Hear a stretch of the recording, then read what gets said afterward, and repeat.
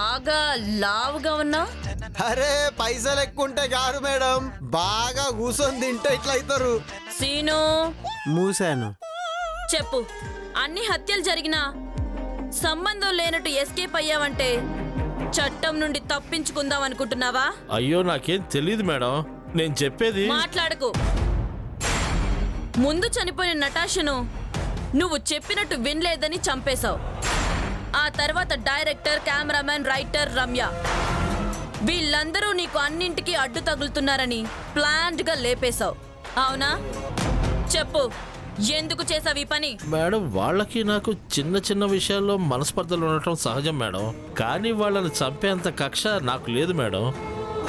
నేను చెప్పేది నిజం మేడం, నన్ను నమ్మండి. మీ ఇన్వెస్టిగేషన్లో నేను చంపానని తేలితే మీరు ఏ శిక్ష వేసినా నేను సిద్ధం. బిడ్డ దొరికినవంటే ఆలోచించకుండా కొడతా, ఏమనుకుంటున్నావు? సీను ఆపేశాను. చూడు, చట్టం చేతుల్లోంచి ఎవ్వరూ తప్పించుకోలేరు. అసలైన హంతకులెవరో ఖచ్చితంగా తేలుస్తాను.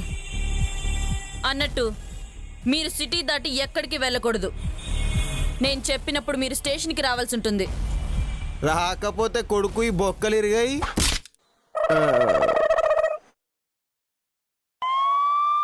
ఏం పేరు వారి పేరు? గంగులు సార్. ఏం చేస్తుంటావు ఇక్కడ? ఫారెస్ట్ గార్డ్ గా పనిచేస్తుంటాను సార్. ఇప్పుడు చెప్పువాయా, నీకు నటాషాకి ఏంది సంబంధం? ఏం లేదు సార్. అబ్బా అబ్బా, చెప్పు. నేను ఫారెస్ట్ గార్డ్ మేడం. ఏరా, ఫారెస్ట్ గార్డ్ మర్డర్ చేయకూడదని రూల్ ఏమైనా ఉందా? నాకు నీ మీద అనుమానం. చెప్పు, నటాషా ఎక్కడ? చెప్పురా, చెప్పు, చెప్పు, చెప్పు, చెప్పురా, చెప్పు, చెప్పురా, చెప్పు, చెప్పు. దండం పెడతాను మేడం. చెప్పు. చెప్తాను మేడం, చెప్తాను. నటాషా ముందే చనిపోయింది మేడం. ముందే చనిపోతే కంప్లైంట్ ఇవ్వాలని తెలీదా? ఇవ్వాలనుకున్నా. పోస్ట్ మార్టంలో నటాషా బాడీని ముక్కలు ముక్కలు చేయడం ఇష్టం లేదని అమ్మాయి అమ్మ నాన్న ఏడ్చారు. నటాషా అమ్మా నాన్నలా? అవునమ్మా. వాళ్ళు ఎక్కడుంటారు? తెలీదు మేడం. పాప నటాషా చనిపోయిన పావు గంటలు ఇక్కడ ఉన్నారు. ముంబై నుంచి వచ్చినా కూడా ఇక్కడికి వచ్చిన తర్వాత తెలుగు చాలా బాగా నేర్చుకున్నాను. చనిపోయిన పావు గంటకే ఇక్కడున్నారా?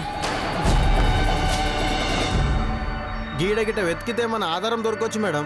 కమాన్, సర్చ్ ఇట్.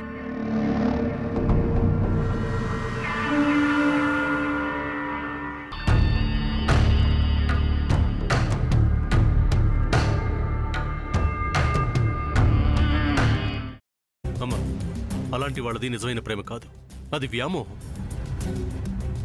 ఎగ్జాక్ట్లీ చిన్నత్త, నిజంగా ప్రేమించుకున్న వాళ్ళు అలా చేయరు. ఎంత మనసు విరిగిపోతే కన్న కూతుర్ని పట్టుకొని మా దృష్టిలో చచ్చిపోయా ఉంటుందా తల్లి? అది సరే అమ్మా, తన కూతురుతో తన మాట అనేటప్పుడు ఆమె మాటల్లో వ్యథ, కళ్ళల్లో బాధ గమనించావమ్మా?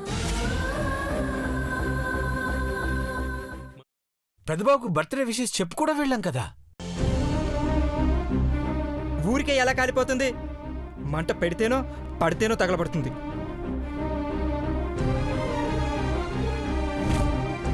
కరెక్ట్ చిన్నబాబు, నీకొచ్చినట్టే నాకు డౌట్ వచ్చింది.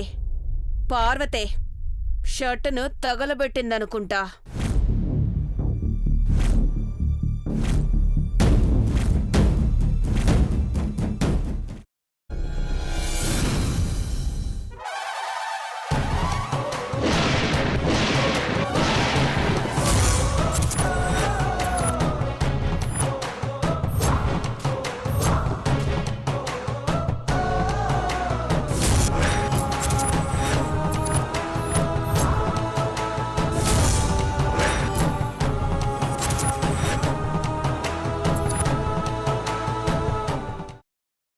తర్వాత పొట్టు తీసేసి చాప్ చేసి పక్కన పెట్టుకోవాలి. ఒక ప్యాన్లో కొద్దిగా నూనె వేడి చేసి అందులో ఆవాలు, మినప్పప్పు, శనగపప్పు, కరివేపాకు, సన్నగా తరిగి పెట్టుకున్న ఉల్లిపాయలు వేసుకుని 1 నిమిషం పాటు వేయించుకోవాలి. ఆ తర్వాత కాల్చి కట్ చేసి పెట్టుకున్న వంకాయని కూడా అందులో వేసుకుని బాగా మిక్స్ చేసి బౌల్లోకి ట్రాన్స్ఫర్ చేసుకుని అందులో తగినంత చిక్కటి పెరుగు లేదా పల్చటి పెరుగు వేసుకుని మిక్స్ చేసి అన్నంతో కానివ్వండి, చపాతీతో కానివ్వండి సర్వ్ చేసినా చాలా బాగుంటుంది.